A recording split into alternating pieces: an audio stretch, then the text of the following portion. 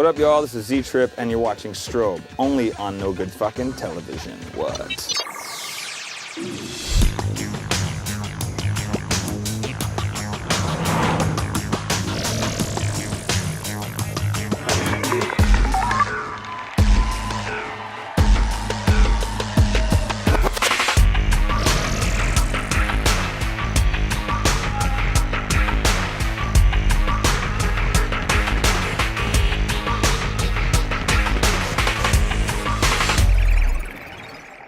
Okay, now explain to me what this, and correct me, is it mashup, mosh-up, what is it? I guess now it's called mashups. I mean, that's sort of like the term, you know, that people created. Yeah. It's actually sort of a term that came from the dance hall world. Mash up the place, mash up the party. Yeah. Like, it was something that we were doing prior to naming it. We just called it mixing or blending. I mean, it was pretty much that's what DJs did, you know. We didn't really have a name for it. Society and sort of people who need to put things into boxes? Into boxes. They, you know, they did the same thing for trip hop or, you know, happy hardcore or whatever the fuck you want. You know, like there's different these subgenres that people make up, and mashup is basically, you know, taking two songs or two things, and you know, for anyone who doesn't know by now, it's taking two things, two songs that wouldn't normally go together and mixing them together and blending them together in a way where, you know, they sort of become a third brand new song.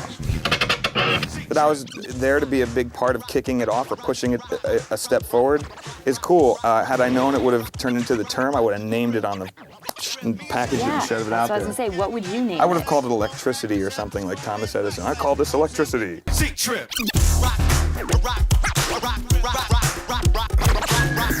Now, at what point in your life did it occur to you to start doing that and to taking like the most popular songs and songs that people know and being like, yeah, this would sound good with this? I guess it's just for me, I grew up listening to all this music. You know, I had a brother who listened to rock music and turned me on to rock. My mom and my dad listened to like more folk music or Beatles or things like that. In the living room, there was that kind of music pumping out. In my brother's room, there was hardcore, like that coming out. And then when I found hip hop and funk, really, it opened up all these doors to me. I was like, wait a second, these beats, if I turn my room up and my brother's room up at the same time, there's something that's sort of happening. You know, if I turn the living room up versus my brother's room, it started to all sort of make sense. Everything is sort of based around beats and melodies and rhythms. Like, oh, cool. I can take the drums of this and put it over with the vocal of this thing. One of the first things that I think I ever really put together in my head, Janis Joplin, because the song Mercedes-Benz was just her. And I was like, well, that's it. That's the epitome. It's just her in a room singing. And it's like, let me take these drums or something from this and throw that over top. And now she's singing with that thing. I was like, fuck, that's badass. If you take them out of their boxes, so to speak, and you put it all together, you can find the common thread in a lot of shit. James Brown and Led Zeppelin, huge common thread. But then again,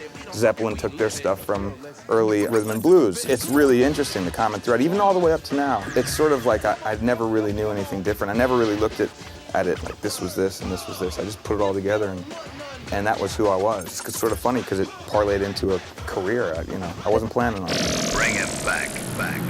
Get 'em.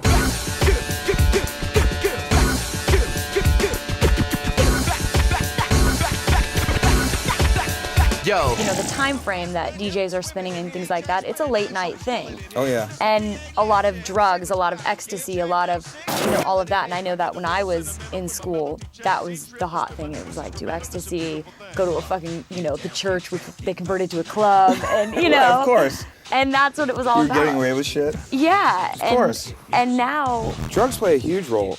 Drugs play a huge role in every scene. Every scene. I mean, period. From down the line. I mean, you look at, what's his name? Rush Limbaugh. He's addicted to drugs, you know? Straight up, like, he got caught with them. There's no fucking difference between him and, you know, let's say he had a son who was, you know, addicted to fucking coke or whatever. It's the same shit. With us and you get fun.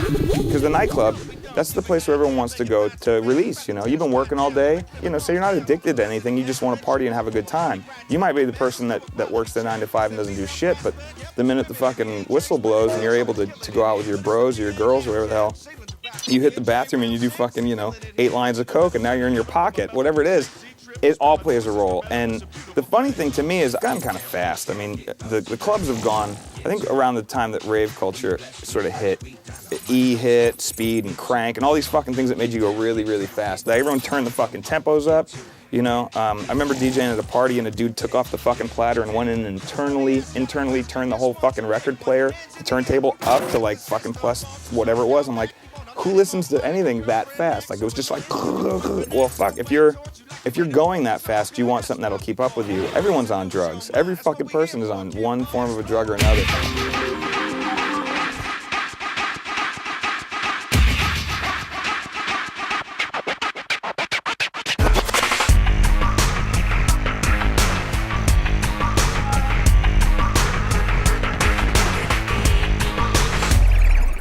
I sign a tit or two every so often. I get it. It comes at me. Your daughter's a squirter. Did you know that? Who's your daddy? Is your wife a squirter? Oh wow, that's hardcore. It's no good.